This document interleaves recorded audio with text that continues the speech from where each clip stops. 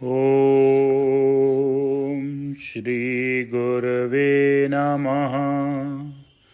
ओम शांति शांति शांति।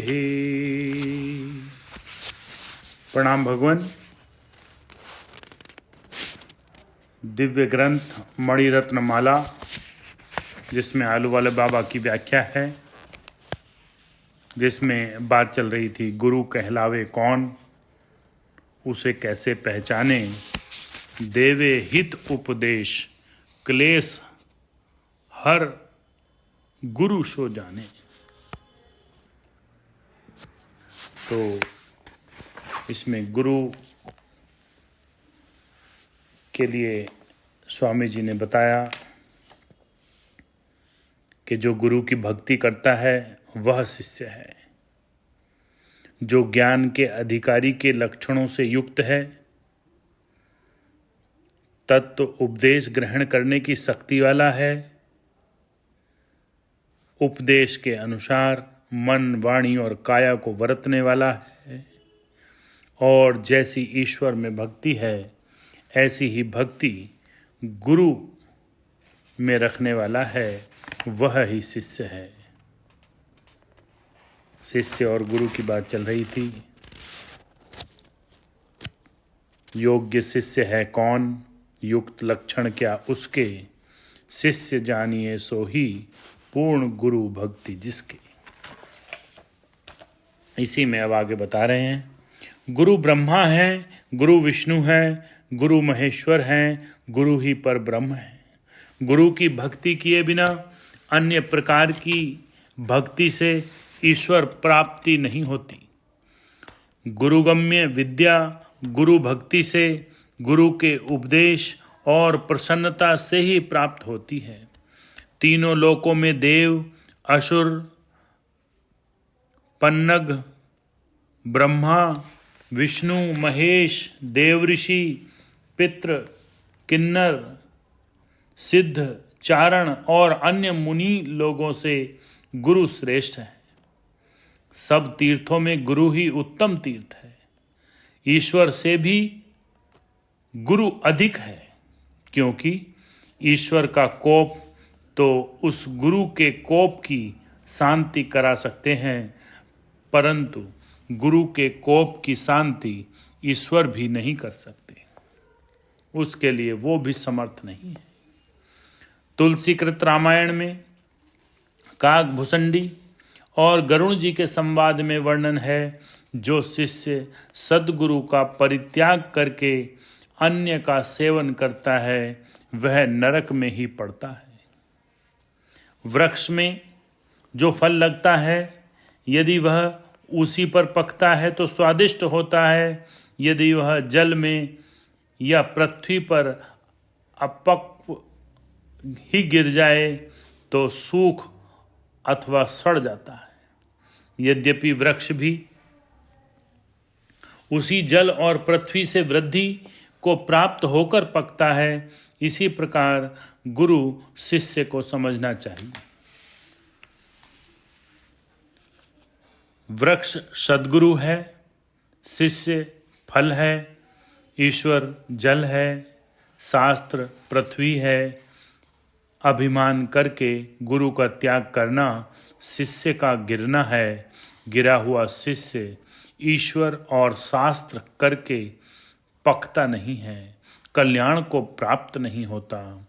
गुरु बिना शास्त्र अभ्यास करने से अभिमान उत्पन्न होता है, और अभिमान ज्ञान की प्राप्ति न करा के नरक में खींच ले जाता है। निंद शिष्य मक्खी के समान है। मक्खी सर्प के शरीर के उत्तम अंग को त्याग कर पीव के ऊपर आकर बैठती है, वैसे ही निध शिष्य गुरु के दोष के ऊपर ही आकर टिकता है। उनके अगणित गुणों को नहीं देखता। ऐसा खल पुरुष ईश्वर भजन भी नहीं कर सकता। इसलिए ईश्वर का कोप पात्र ही होता है। गुरु भक्ति करना उसे कठिन मालूम देता है। अन्य प्रतिमा आदि की भक्ति तो सहज बन सकती है, क्योंकि उसमें अपनी इच्छानुसार वर्तना होता है।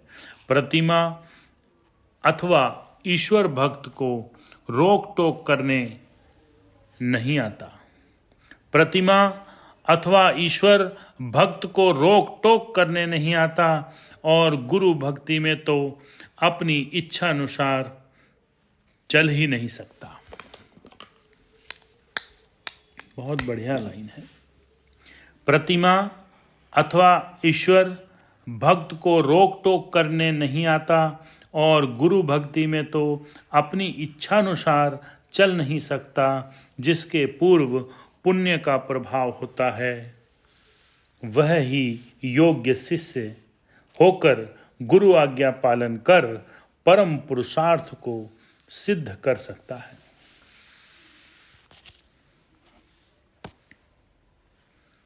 गुरु का वचन परमेश्वर का ही वचन है। परमेश्वर ने अपना ज्ञान प्राप्त करने के लिए निमित्त गुरु का निर्माण किया है। गुरु को निर्माण किया है। गुरु से ही परमात्मा की प्राप्ति होती है।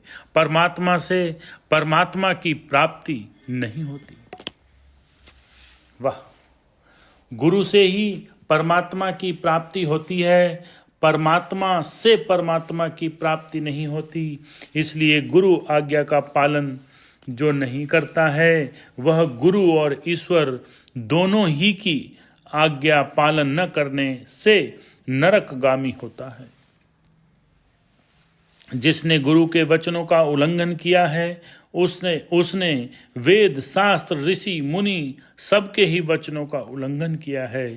प्रतिमा अवाक है, गुरु वाणी वाला है।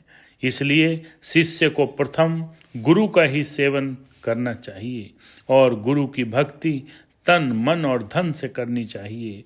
गुरु को अपना सर्वस्व अर्पण करके ही शिष्य वृत्ति ग्रहण की जाती है। ऐसे शिष्य को सद्गुरु द्वारा कल्याण होने में कोई संदेह नहीं है। जिसे ब्रह्मनिष्ठ गुरु ने जिस योग्य शिष्य को यह मेरा शिष्य हुआ इस भाव से ग्रहण किया है, उस शिष्य को भी धन्य है, क्योंकि उसे ज्ञान के होने में अब विलंब नहीं है। सद्गुरु के उपदेश के बदले यदि कोई तीनों लोकों का राज्य भी दे, तो भी उपदेश के बदले कोट्यांश भी नहीं होता।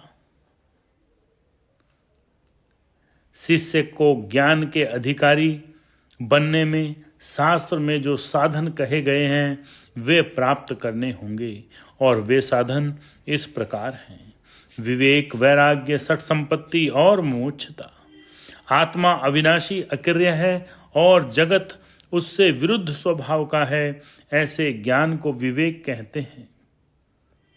ब्रह्मलोक पर्यंत जितने भोग हैं वो नाशवंत हैं, और ऐसा जानकर उन पर तिरस्कार होना वैराग्य है। सम, दम, श्रद्धा, समाधान, उपरति और तितिक्षा का होना सठ संपत्ति कहा जाता है। संसार की अत्यंतिक निवृत्ति और परम आनंद की प्राप्ति ही मोक्ष है। उसकी इच्छा का होना मुमुक्षुता है। बहुत ही सुंदर आज का सत्संग, जिसमें शिष्य और गुरु पर स्वामी जी के विचार बहुत ही उत्तम।